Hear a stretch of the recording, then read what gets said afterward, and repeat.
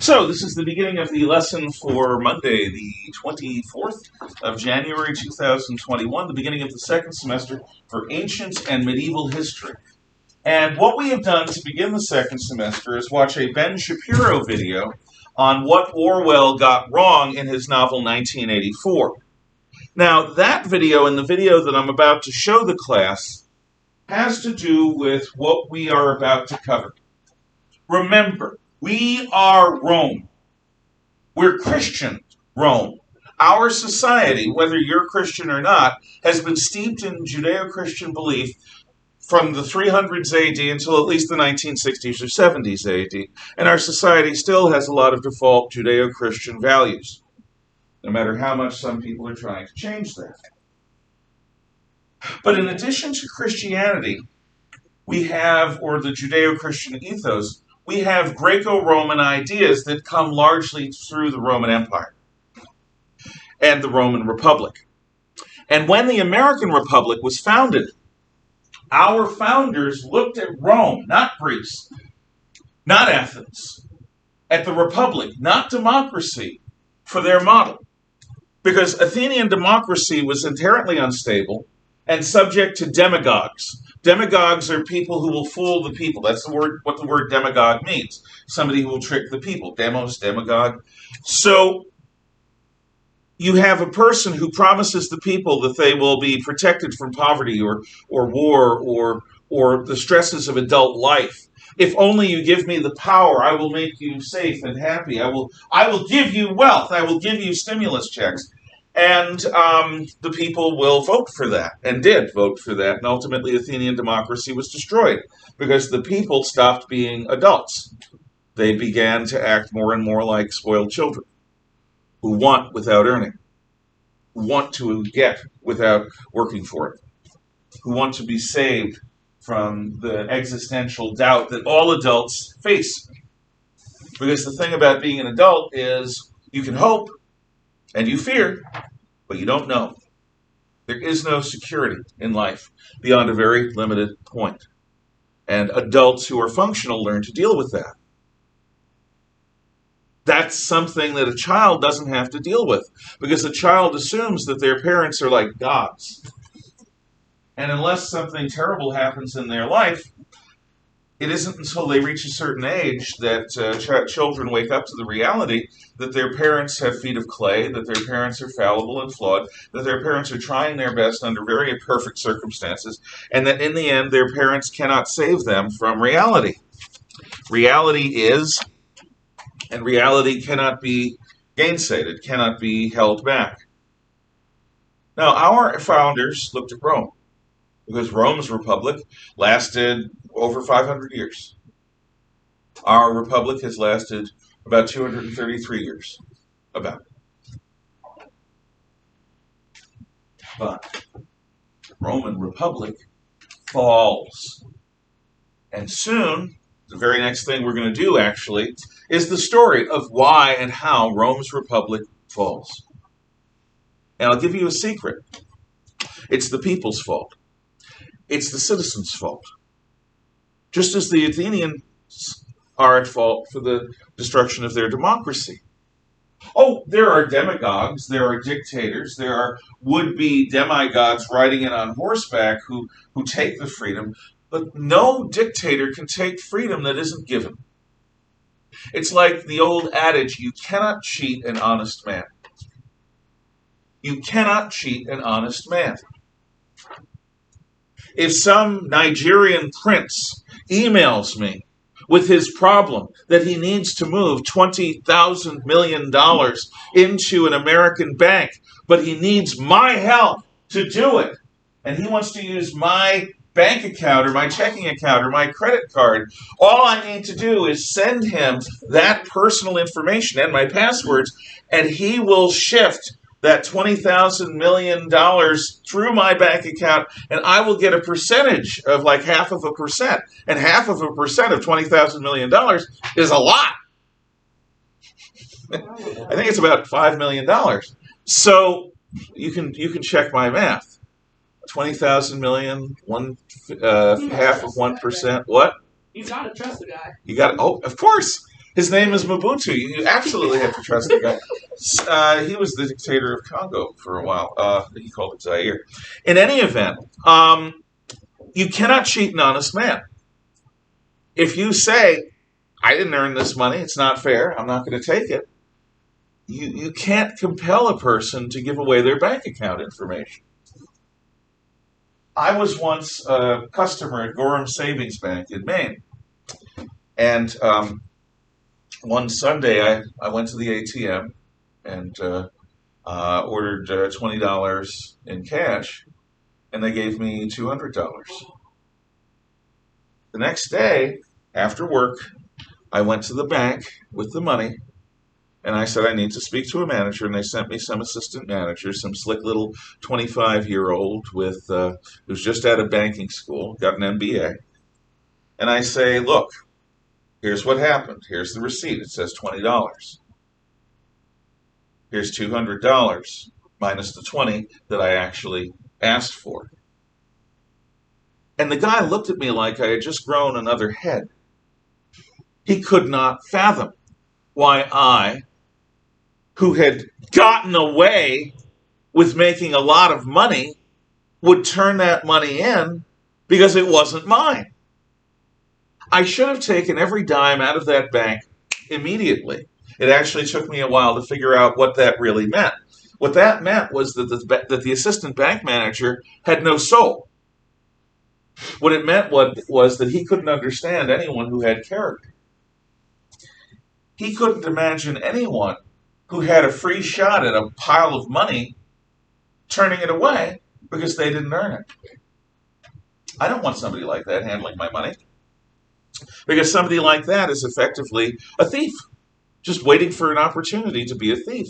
You cannot cheat an honest man, and you cannot take freedom from a citizen who's unwilling to give it. But because adulthood is hard, because life is scary, because unemployment and inflation and the potential of war and all of these other things, people can give freedom. Orwell's book 1984, talks about the consequences of living in a society that has no memory even of what it's like to be free, except for whatever vestigial part of the human brain yearns for freedom, even though they've never been taught about it. It's a good book. It's depressing as hell, but it's a good book. I agree with Shapiro's critique. So why did we watch that, and why are we about to watch something else? Because freedom is your responsibility as well as mine. As you become older, as you get the right to vote, as you become old enough to serve in the military, as you become old enough to pay taxes, and to have scope in life where you could really avoid the law if you wanted to be sneaky, your duties as a citizen will become more and more important, not just to you, but to us. If a critical mass of Americans don't practice the self-discipline necessary to be adults, we as a society will not long be free. That's the contention. We, being a descendant of Rome, are susceptible to the genetic ailments that Rome has. As Rome's republic fell, our republic can fall. Shapiro's video spoke to that point by talking about what it's like to be under totalitarianism and what the essence of totalitarianism is, which is ignorance is strength, which is by giving your judgment over to the state and the party and the leader, by letting the leader think for you, by letting the party and the state think for you, you join yourself unto a massive leviathan, an unstoppable force. You're part of something bigger, and you're not at risk. But if you think for yourself, if you use your little brain as a lens for judging things, you could come to conclusions that violate what the leader and the party and the state tell you. And at that point, they must crush you. And this speaks to the risks of freedom in every case. Freedom is not for the cowardly. Freedom requires bravery. You could be in the freest society on earth if you don't have the guts to go after your own dreams, if you don't have the courage of your convictions, if you are not willing to take a stand on things that you believe are right or wrong, if you're not willing to listen to your own conscience. Freedom's wasted on you. You'll just go along. And in going along, you will not be free. What's the opposite of freedom? You'll be a slave. A slave to those around you, a slave to convention, a slave to popularity, a slave to whatever it is that you're bending to like a willow branch. So, on that note, we will now see a different video, and then I'm going to talk with you, hopefully have a conversation about this stuff and why it matters. And we're back. So, we have just seen a video that uses the current COVID restrictions as an example of the capacity of everyday human beings to obey authority, slavishly. And he referenced one of the most infamous experiments in psychology, the Milgram experiments. To be clear, people were willing to step in and be part of the experiment. They got paid a little bit. I mean, this happens around college campuses. You can be a test subject and make a little cash. And when they went into a room, they had a button and a dial. And they had a guy in a lab coat. And they had a window into another room where a guy was hooked up to electrodes. And the guy who was hooked up to electrodes was asked a series of questions. And whenever he answered incorrectly, this is called operant conditioning in psychology, what the person who was the test subject, who had volunteered for the thing, was expected to do was to adjust the dial to the intensity of the shock and shock him. Now, the other person who's attached to the dial would act like they're shocked. And as time went on, every wrong answer, you were supposed to turn up the dial to intensify the power of the shock.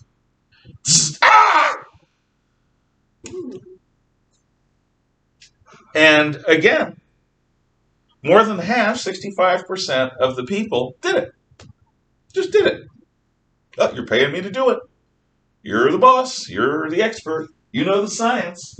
You're pushing back the frontiers of knowledge.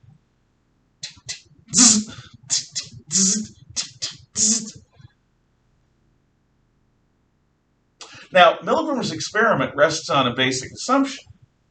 The assumption is that a humane person would not do that, which is rooted in a Judeo-Christian notion that human life has intrinsic value, and that inflicting pain is something that you shouldn't do unless you have a very good reason to.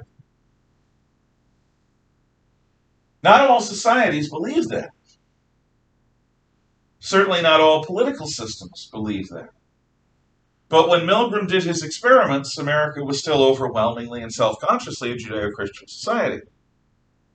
So doing had a moral punch to it. You also, as a human being, are wired to notice the suffering of others. So when somebody is thrashing around because of the shock that you're giving them, that reaches through and past your conscious mind, the mask that your mind wears, into the reptile part of your mind, the subconscious, the part of your mind that has basic drives.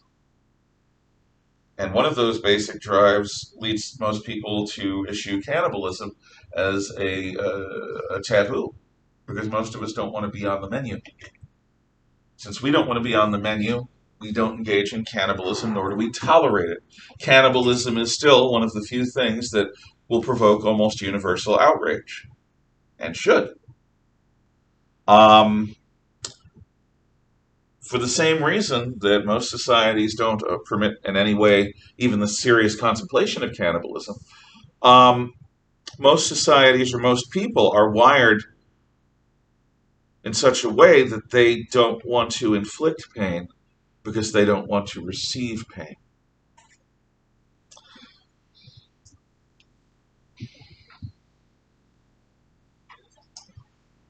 The point of the second video, actually, I'm going to ask you what the point of the second video was. What was the message of the video? What was the whole intent of that production? If you had to summarize its thesis, what would it be? I'm going to roll because all of you have listened, and I know you will give a wonderful answer, but I want everyone to be equally at risk of having to answer the question. 1, 2, 3, 4, 5, 6, 7, 8, 9, 10, 11, 12, 13, 14, 15, 16, 17, 18, 19, 20, 21, 22, 23, 24. First, we're going to see if we're going to do any kind of plus, because we got 1 to 24 in this roll, and we only got a 20-sided die. So, if I roll 12 to a 15, we have a plus 2 to the roll. And if I roll a 15 to a 20, we have a plus 4 to the roll. Okay, we have a plus 4 to the roll. So you first 4 people are safe for now. Okay, I rolled a 2. So 2 plus 4 is 6. 1, 2, 3, 4. Oh, 5, 6. There you go. Wait. 2 plus 4. Yeah, that's 6. Okay. So what's the point of the video? I think it's to think for yourself. Why? Because when he was talking about when people were, how 65% of people kept turning it up, it was because they were being told to, and that the other percentage were not. It stopped because they thought for themselves and thought it was wrong. In those occasions where 35% of the people said no, and were witnessed saying no by future test subjects, the future test subject said, hey, that guy said no, and the authorities didn't take him away. I'm going to say no, too. Now, what do you think would have happened if here you are in a waiting room, and you hear some guy say no, and you're looking through a little window in the door, and then a bunch of guys in white coats come and beat the living snot out of him? What would you do? Would you say no, or would you say yes? Most people would probably try to get the hell out of there before they were brought into that testing room. But I think the chances of people obeying would go up just because of fear. I hope that the chances would go down because of defiance, but you never know. What's the connection between the two videos I showed? Because there is, in my mind, a few different connections. I'm going to roll again. This time without a plus, and we'll see how it goes. But you're 1, 2, 3, 4, 5, 6, 7, 8, 9, 10, 11, 12, 13, 14, 15, 16, 17, 18, 19, 20, and you're out. So you get to kick back. 3! Dan! Thank you, exactly Dan. what happens in the soul class. Thank you. Okay, talk to me. What's the connection between the two videos? Now, if you ever wonder what a deer in the headlights looks like, here we go. Connection between the two videos is 10. I'm going to give you 10 seconds to think. People are going to try to rule you. Why? Why are they going to try to rule you? Because they want power. But, in fact, is that the prime motive? Just a mustache-twirling desire for power. Ms. Branting. Oh, well, he even said in the first video, Ben Shapiro said he thought that George Orwell was wrong because he didn't think that it was just about pure power. Yeah. Yeah. Dan. No, that's okay. That was an honest answer. So if Shapiro doubted that Orwell was right, that it's the pure pursuit of power, what is the motivation for those who wish to rule over us? because there is a motivation. Now, Shapiro admitted there are thugs, jerks, and illegitimate sons out there who would be happy to take power for its own sake. You often see these people as leading street gangs, as criminals who like assaulting people in various ways. But aside from those thugs, what could be a valid motivation for so many otherwise brilliant, virtuous people engaging in tyranny? For what reason do they do it? I'll take volunteers, or I'll just roll the dice. Roll. Emma? They believe that what they have in mind is the best for everybody around them. Ah, yes. They believe, and thank you for explaining it rather than just using the word utopian. They believe that they have the answer to solve the problems of life. They have the keys to heaven. They have, in their mind, the ability to take all the world's problems and make them better. That is utopianism. It is the belief that we can make, through intention and will, a better world, just by being smart and by trying hard. That's utopianism. How can a desire to make the world a better place... Yes, go on. I think that there kind of is a difference between utopianism and people who genuinely have the best interests of people at heart. Yes? Because a lot of times people who believe in a utopia believe in controlling people to conform to one thing. Right. One idea, one big thing where people who want the best for humanity believe in freedom, believe in people's freedom of choice, and they may make suggestions to encourage people to be like, hey, this is a major issue, maybe we can do this to help solve it. Okay. So you are making a distinction between idealists and utopians. And that makes sense considering the likelihood that you have some idealism in you. Heck, I have some idealism in me. What if somebody says, yes, I agree with you, we should have freedom. And therefore, I believe that the world would be a better place if I juggled babies with bayonets. Which is just probably the most disgusting image I can think of, and I've thought of for many years. What do you do with a person like that, who believes in freedom and believes that the world should be a better place, but has an idea about it that's just a bit daft, just slightly off? You put that image in our heads now. I did. Make it stop! You don't have to answer if you don't want to, but if you have an answer, I'd be happy to hear it. That's fine. Keep thinking, and if you have one. Here's the problem. It's one thing to believe in freedom. I believe in freedom, but within very broad limits. I would take a person who ate human flesh, or because they chose to, or who juggled babies with bayonets, or who sacrificed humans or animals to their god, and I would punish them to the fullest extent of the law, including having them ride the lightning or meet a firing squad. I believe in the death penalty, not just for murderers, multiple murderers and kidnappers, but for rapists, and certainly for child molesters. I absolutely believe in executing all of them because I'm evil, or because I believe that a plausible death penalty, frequently applied, would deter people on the edge of giving into their worst demons, and also would make clear that society simply will not tolerate the abuse of minors by these sexual predators, or by kidnappers, or by murderers, or any of that. You don't have to agree. In fact, I expect many of you vociferously disagree. Most everyone who wants a better world has broad limits on what they think should be free. The problem that utopians have is, since they have such a clear picture of a systematized, improved world, it's like they have a bunch of laws already preset in their mind about how people should behave and should not behave. And if you violate those laws, what do? You punish them. If people violate... So, if you believe, for example, that human population, as it exists now, is draining the world's resources at an unsustainable rate, there are people who are not me who believe in veganism, which is the shifting to an entirely plant-based diet.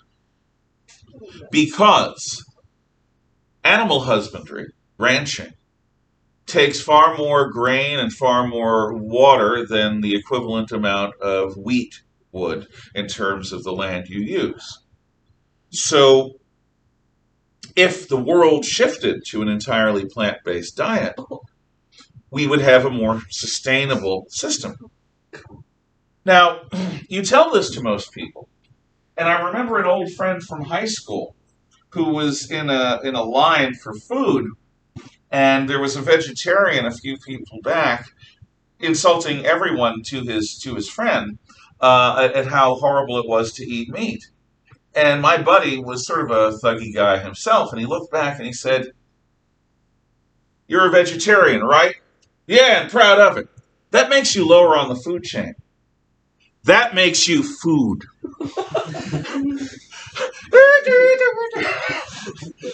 One of the funniest things I've ever heard. They don't want that. They don't want to be told that. So how are you going to get people to stop eating meat if you believe that the one true answer to human poverty and to human sustainability, environmental justice, and all the rest is to force people to, well, you're going to force them to stop eating meat. What?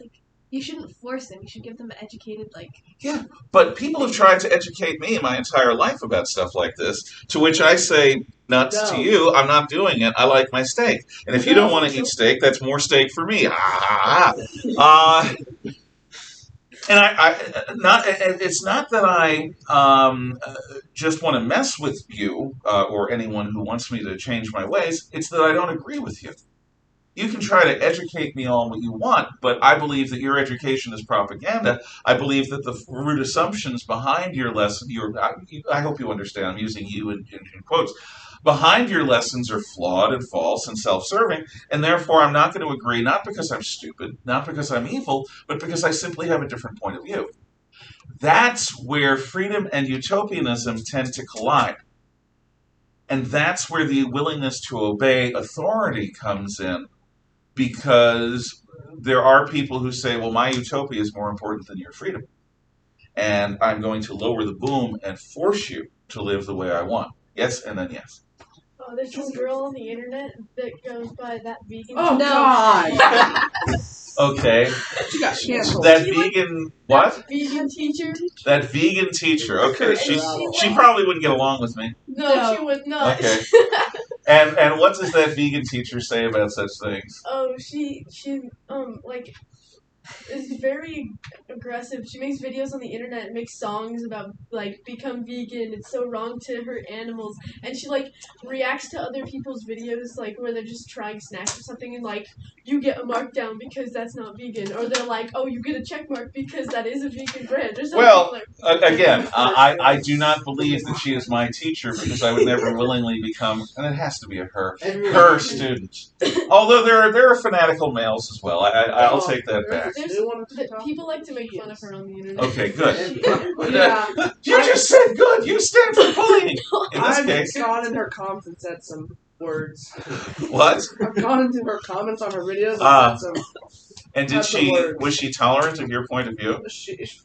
I don't know. Oh, you didn't look for her response? No. Okay. Yeah, no, I can see what people would like to.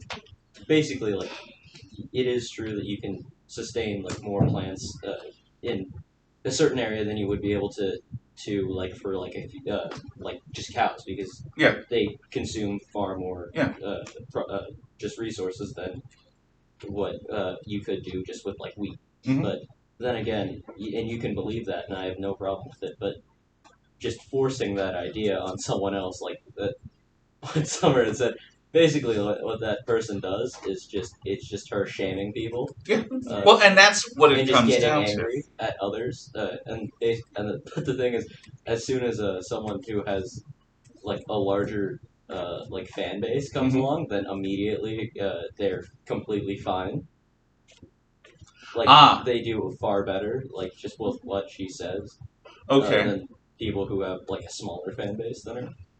because otherwise then she would just get completely attacked on the internet. Well, the thing is, if she wants to be this way, she Yeah. should be willing to get completely attacked. Yeah. She got But banned. like every bully, she's willing to attack people weaker than her, but not people who seem to be stronger than her. I don't care whether you believe in veganism or not. That isn't my point. There's always somebody out there who wants to make a better world, which is itself a nice thing. It's a laudable goal to want to make the world a better place for having lived in it for a while.